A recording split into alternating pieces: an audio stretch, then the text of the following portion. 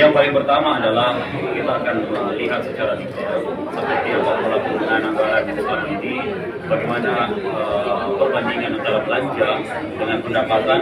Ini yang harus kita press, membuang beberapa anggaran-anggaran yang selama ini menurut kami merupakan sebuah pemborosan yang besar. Nah, ini akan kita buang dan kita akan relokasi ke beberapa program-program strategis yang segera harus berjalan, seperti perjalanan, biaya-biaya pertemuan-pertemuan, meeting-meeting di luar kantor. Kita akan maksimalkan bagaimana kantor ini bisa dijadikan tempat untuk pertemuan-pertemuan yang bisa kita atur setiap bulan, termasuk anggaran makan minum.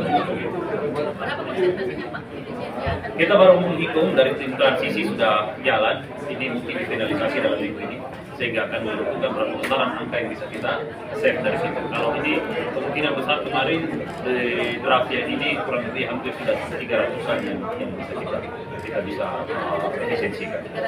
Iya,